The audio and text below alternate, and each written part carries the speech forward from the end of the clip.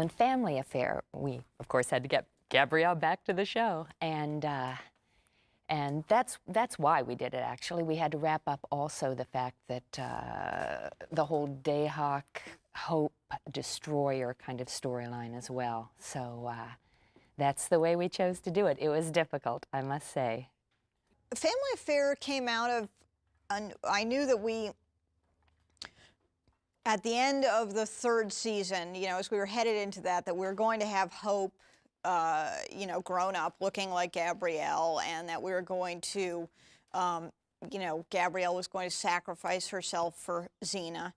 And I just had this one image of Xena walking into Gabrielle's parents' house and seeing Gabrielle sitting at the table with her family, and Xena realizing that's not Gabrielle.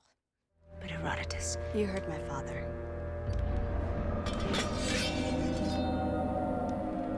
Leave Xena before somebody else gets hurt. Family Affair was an interesting episode in the sense I think it was the first time I did one of those episodes of either Hercules or Xena where I didn't actually have people fighting people. It was just Xena and Gabrielle fighting the monster.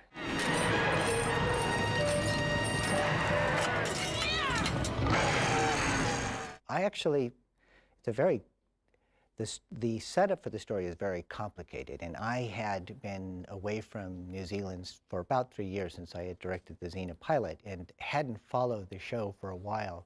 And when Liz Friedman, who is one of the producers on the show, called me up, Liz, by the way, this was her original story. So she called me up and asked if I would direct it, and I was very flattered that she wanted me to do that.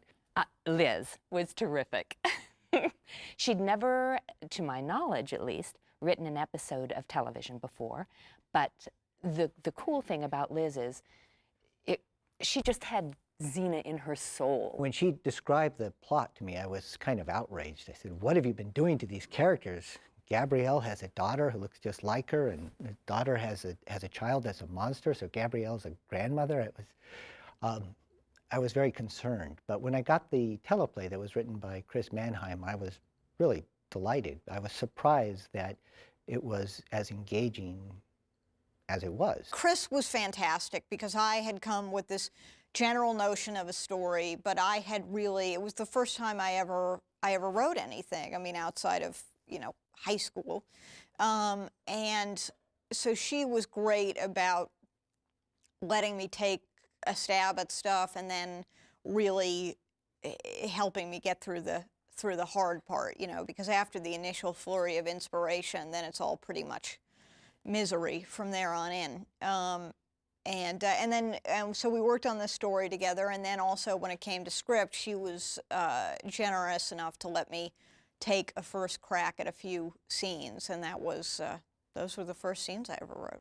I remember Renee and I, when we were discussing how she was going to play Gabrielle when she reappeared in the episode, and I remember the word raw came up as just, she wanted to play it very raw, and that was sort of a word that just kind of clicked with her for that particular episode. Lucy wanted to really push her performance to the edge. I think she wanted to feel like losing Gabrielle or feeling responsible for the loss of Gabrielle had kind of driven her a little bit to the edge of insanity. And that kind of persisted until Gabrielle came back into the story. That thing is the Destroyer, and that means that the girl in the other room is not Gabrielle. It's Hope. One of the most difficult challenges we had was trying to figure out how to get Gabrielle out of that lava and back on Earth. I'm not sure it was totally successful. I watched the episode recently, and I thought we kind of split the difference. When Hope was explaining how she had gotten out as Gabrielle to Xena, the story made sense, and I wish we had stuck to that straight through for both characters.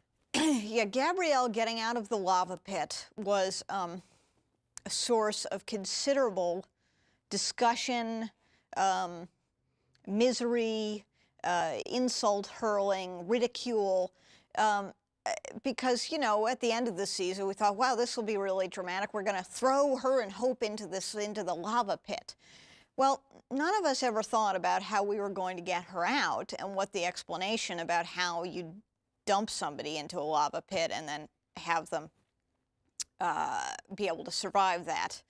I should have known you'd survive. How could you? I didn't know that I was going to survive.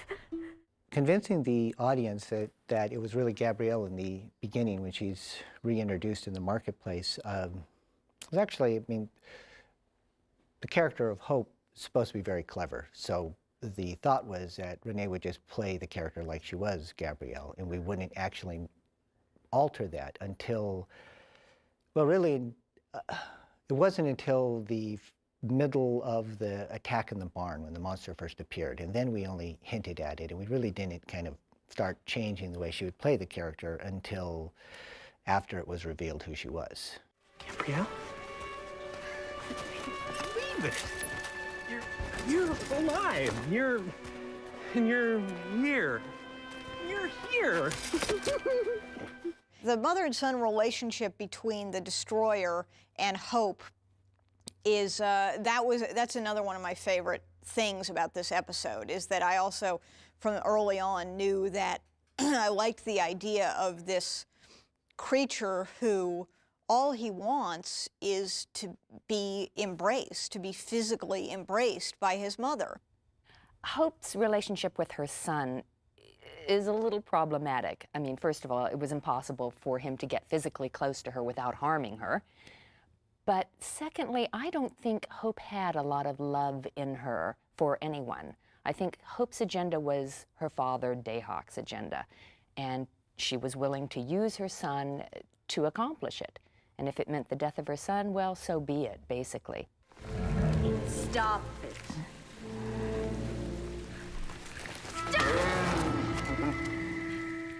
I think that Gabrielle, having had a very, very close brush with death in, when she went into the pit, and then she says that she was in a hospice for a while, so obviously she's had a long time to recover and to consider things, and she's realized that she doesn't know exactly what she wants. I think Gabrielle appears lost at the end of the episode because she genuinely is. I mean, I think there's little doubt in her mind that she has successfully killed her daughter and her grandson, such as he was. But that leaves her where, emotionally? I mean, I don't believe Gabrielle understands what her life is about. She's not, certainly at this point, a warrior like Xena. She's someone who comes from heart.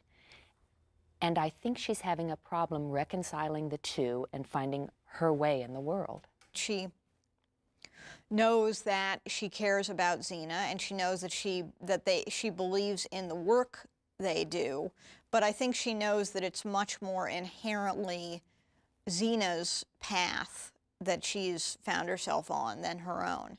And I think that she's started to realize that she needs to answer that for herself, that you can't just take, even though you can find somebody else's path comfortable for a while, over time, eventually you have to find your own.